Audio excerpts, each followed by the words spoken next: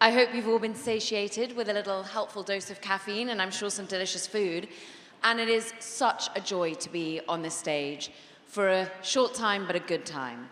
And the point is, day in, day out for Bloomberg Television, I talk about technology in particular, but I talk about the financing gaps when it comes to AI. But today we're talking about something so fundamental, and it's the financing gaps when it comes to the climate and to financing ways in which we can help solve that right now. It takes innovation, it takes creativity, and we are delighted to welcome a panel that have been leading the charge in just this way. Because 3 months ago, there was the Financing for Development conference over in Seville. It considered really innovative ways in which we can bring together countries, 9 countries in fact, committing to solidarity levies on premium aviation, basically targeting luxury travel, private jets, business class. The theory is these are high emissions industries and look, we can focus on their consumption and we can focus on generating predictable resources for those that most need it. So let's talk about the road ahead to COP30, how this really very innovative way of financing and funding can perhaps be expanded and what that roadmap looks like. Please, to unpack all of this, I'm going to turn our attention to our wonderful panel. And I just want to start with His Excellency, Moussa Faki, because how have solidarity levies in particular reshaped international financing? Can they raise enough money? Thank you very much. Let me first thank the global citizen now for the invitation to take part in this important panel. I'm truly honored to share the stage with Minister Thani and Mrs. Laurence, both allies and critical partners of the 4P in this timely discussion. Time is very challenging. I think all of you followed yesterday what had been said in the opening of the UN Assembly General Assembly.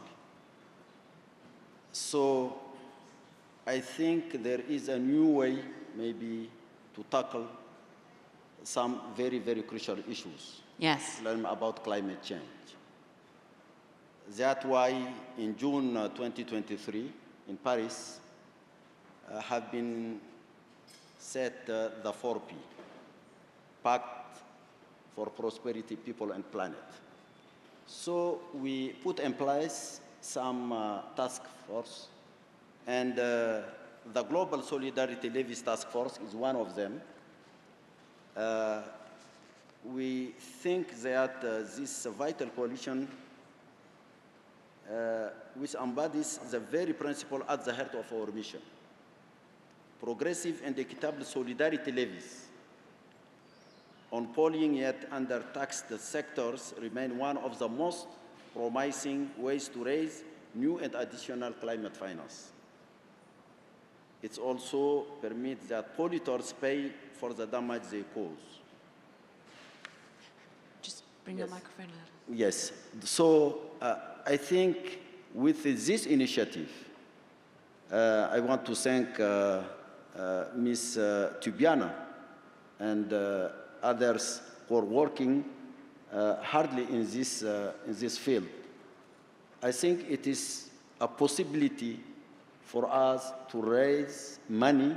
How much? And, I don't have the amount, but the most important thing, at least $1.3 billion can be raised because who is concerned are first class, business class, and maybe private jets. In amount of pollution, this category represents 50% of polluters. So I think it is fair. It is fairer to maybe to see in this field how to raise money for climate change. Thank you. Thank you very much for bringing us the perspective of just how effective this can be. And I therefore turn to you, Minister Delegate. And Mr. Thani, the role of France has been pretty monumental in this agreement. And I just want to get your perspective on what was so unique about the French activity here, and also how you think this can really set a pace of change. Ladies and gentlemen, good afternoon. I'm very glad to be with you today. And thank you for organizing this event. For me, there are two keys to success in financing development. The first one is that we are determined to work together. It's very important. And thank you for your presence. It shows that this first key is here.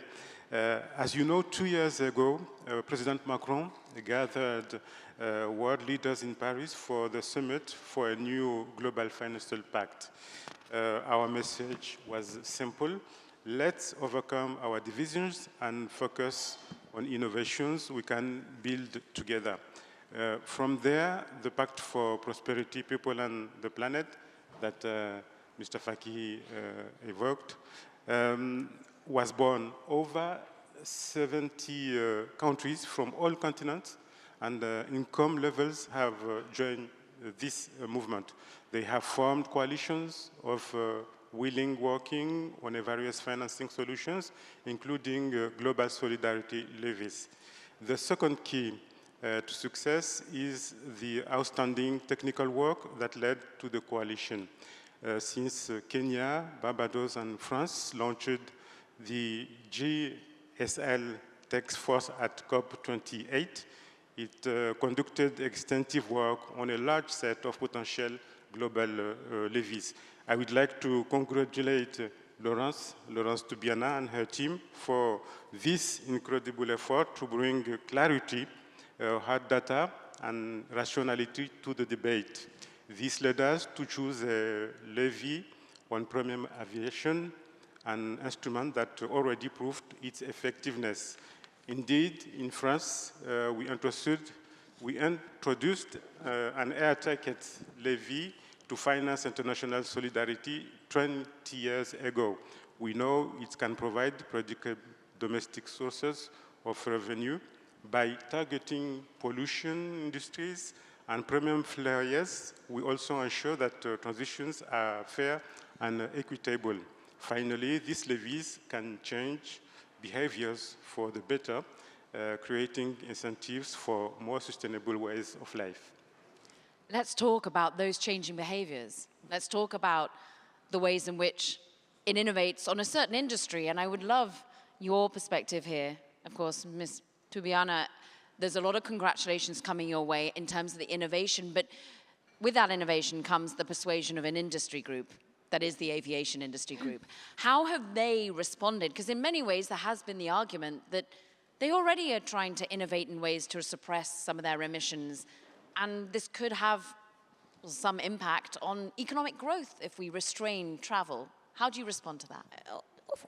Of course, that's just normal, and that the industry never wants to go for that reason, even if aviation tax exists in many countries, so it's not new. But the rationale speaks for itself.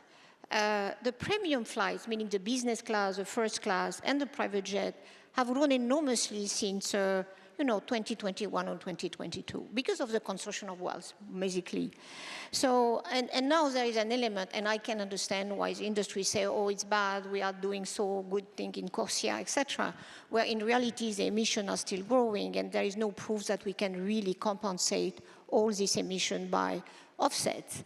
So I think it's just fair, as you said, Special Envoy, under this umbrella of the 4P, that we go for applying polluters pay principle and raise resources that doesn't create new debt. And 1%, as you said, 1% of people traveling on aviation emit as much as 50% of the other passengers. So, this 1% can do a little bit of effort. If you pay a ticket I have in business class from Paris to New York, you will not see a big difference, and I will certainly not fly from Istanbul to New York to do that. So it's not a really serious argument about the business.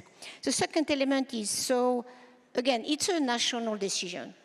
It's not what we are proposing here, and already 9 countries have signed up, hope many more, and that's why Global Citizen is for giving the energy of going forward, is to have many more countries at COP30 saying we will go there. And you know, that can raise as much as almost 90 billion a year. So, of course, we are far away from the 1.3 trillion, but already is a new public funding that could even leverage on private investment.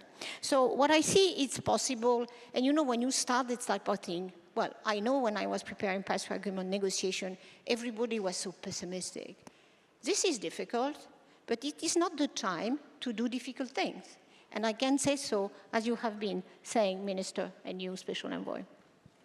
I love that takeaway, that it is the time to do difficult things. It's the time to have difficult conversations, and it's the time to optimism, because we have got a clock ticking at the moment. And I would love, therefore, for all of you to push us forward. This is about real concerted action. It's about bringing other countries on board, but it's about milestones that you've now set out to achieve. So looking ahead to COP30, in particular in Belém, what would you, of course, His Excellency Moussa Faki, think that needs to be achieved in that time to COP30? What are you committing to or excited to see?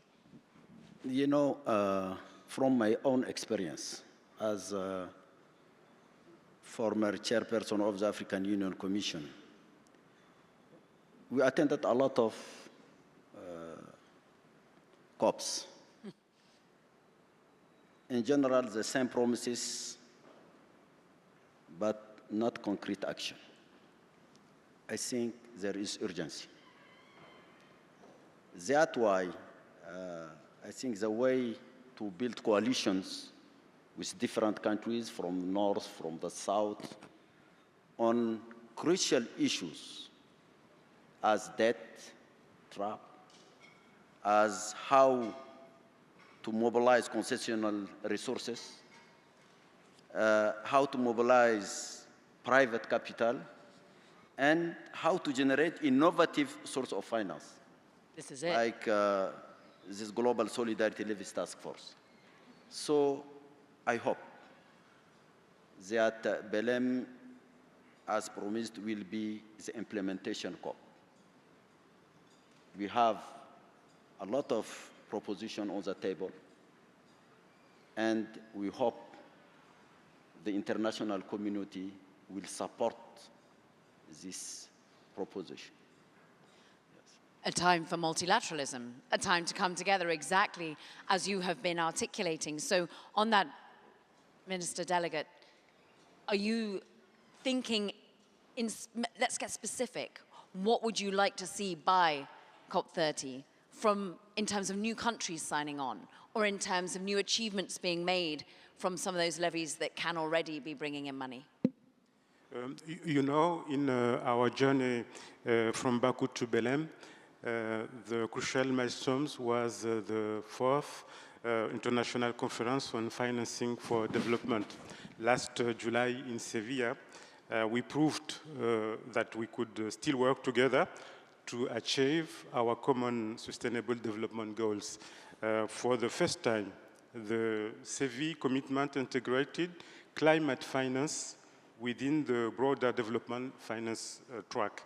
In line with the Summit for a New Global Financial Pact, it also called for new resources, better coordination, reforms, and innovation to achieve our common goal.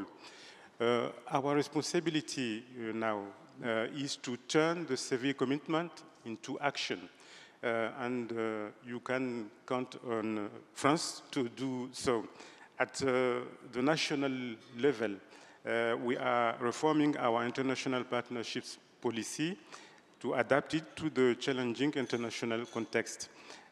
With our European partners, we are also working on an ambitious external action for the coming years. Finally, at the multilateral level, we are committed to find new resources through the 4P, while supporting the United Nations efforts to make the multilateral system more effective. 3 months ahead of COP30, I am calling all countries to join and scale up this dynamic. Together we can make the difference. Hear, hear. Together we can make a difference. Yes, let's do clap that. Ms. Tubiana, you're a woman of action, and we were just hearing from His Excellency Faki saying often not enough action, a lot of talk at these COPs when you're at many. So COP30, push us here. What needs to be achieved with these solidarity levies? As has been said, it's the moment of implement Paris Agreement, but with new resources who are missing. I think it has been said, including at the UN yesterday, that multilateralism was just nothing anymore, and that it was even going to hell. It was strange phrases. But it's there.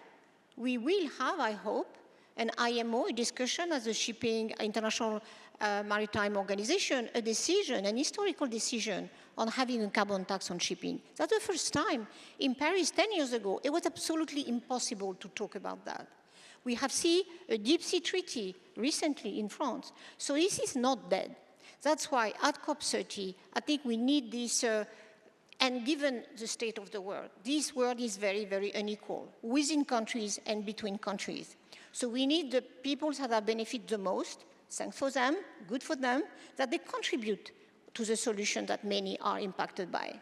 That's why having a big coalition on aviation levies and thinking ahead, all the sectors who are consuming so much energy, think about cryptocurrency, for example, or and others. We need people who have benefit from this extraordinary growth and concentration of wealth to participate, to, in a way, smooth the impact for others. So I think this is a call for action. For Belém, it has to be a central piece. We need new resources, new money, not predictable, so as we can incentivize private capital to go to the investment we need in the future. So there is no choice. There is no fiscal space for government more. So we need the other who don't contribute enough to contribute now. And it's only fair. So the rationale is very, very simple. There we have it. A huge round of applause for a call to action. Let's debate it some more. We thank you so much to His Excellency Moussa Faki, Minister Delegate Thani Mohamed Soilihi, and Laurence Tubiana. We thank you for your attention and indeed for your applause. Let's give it up for this panel.